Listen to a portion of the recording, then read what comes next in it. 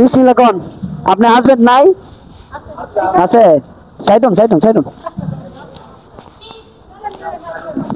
কুলেন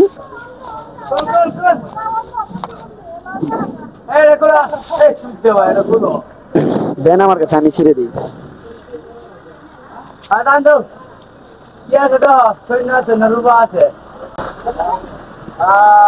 50 টাকা নেন এটা ওনার ঠিক আছে আপনি খুশি আছেন হ্যাঁ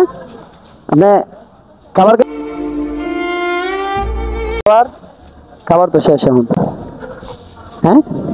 আরেকদিন ইনশাল্লাহ আরেকদিন আবার আসবো সবাই নিয়ে আসসালামু আলাইকুম আম্বু ভর্তি বলতে বাবা